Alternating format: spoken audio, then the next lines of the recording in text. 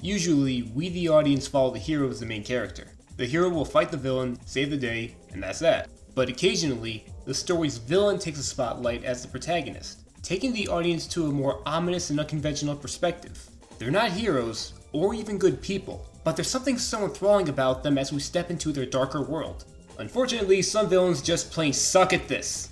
Speaking about remakes and adaptations in particular, they talk a big game giving you the kind of experience only a fan favorite villain can give, but they miss by a long shot.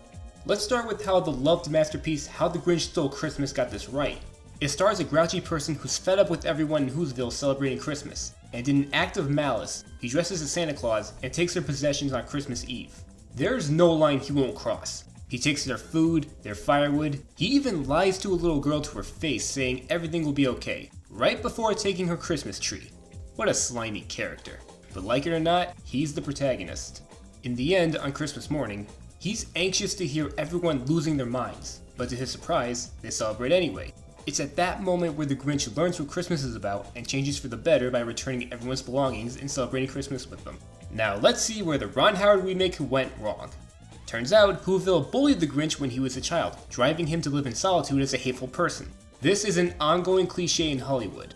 The starring villain needs to have a sympathetic backstory as an easy way of getting the audience to like them, unlike in the animated movie where the Grinch had charisma to get them hooked. The remake overlooked that by making the Grinch sympathetic, it made the Who's utterly despicable, so the ending doesn't feel as deserved as in the animated movie where the Who's were friendly. I didn't feel bad for the Who's while they were being burglarized in the remake. In fact, I was rooting for the Grinch to take their stuff. The classic was simple but effective. The Grinch was a grouchy person in the beginning, and it doesn't need to be more complicated than that. In the remake, everyone looks bad. Not all protagonistic villains need to turn good at the end though, but Hollywood can't stop themselves from repeating this. In the 2014 movie Maleficent, the evil fairy started out as a sweet kid, even though she was born with the name Maleficent, which means harmfully malicious, until she's been double-crossed by her human BFF and declares that she's a menace. For now.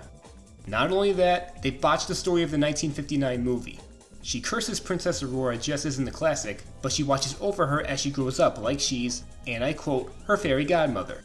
They have fun and bond, and it's way too uncharacteristically nice for the mistress of all evil. True, she made noble choices in Kingdom Hearts from time to time, but it's much more faithful to her character than anything in this movie.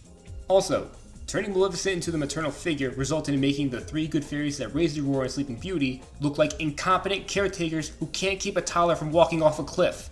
All to make Maleficent look good. But there's more. Aurora's father in this movie, who was Maleficent's former human friend, becomes mad with power and now acts as the villain. Here's another cliche. If you want to make a character look more heroic, then make another a bland bad guy that no one will like. And nobody likes the king in this movie. So when he dies, there's hardly a reaction to it. When Maleficent died in the classic, it felt like such a hard-earned triumph against battling such a powerful and vehement foe. When the king died, meh.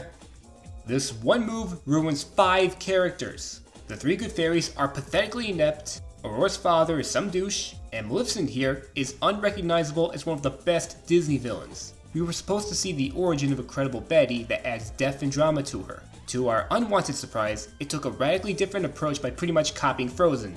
Maleficent was much more engaging as a cool villain than an Elsa wannabe. And now for the most recent example, Suicide Squad. With the infamous group of wildly popular villains, you'd expect an espionage-style movie where they utilize their talents to sneak into a government facility or a maximum security prison to assassinate someone or collect data. But instead, we have them taking on a deity that Wonder Woman is more likely to fight to save the world, as a cheap way of getting the audience to like them. Look at the 2014 movie Batman Assault on Arkham. The villains stay as villains. They don't save the world, and they even kill innocent people in Arkham Asylum. But despite that, there's plenty of chemistry and charm to the squad for the viewers to get attached to them. In Suicide Squad, they fight zombies, going easy on the audience who can't stomach that the main characters are bad guys. It's much harder to make villains in starring roles likable enough, even though they do some pretty awful things. Hollywood can't have a movie star a villain unless they take the easy way out and make them unnecessarily tragic or contrived heroes. There's a lot of potential to these movies. I'd love to see a Maleficent origin story with her remaining as an evil fairy at the end. The Grinch is getting another movie in 2018, maybe they'll get it right there, and years from now, Suicide Squad should get another shot done faithfully. Bottom line, don't make bad guys look sympathetic at the cost of another character's innocence, And when we pay to see the supposed villain in the limelight, we expect to see the villain.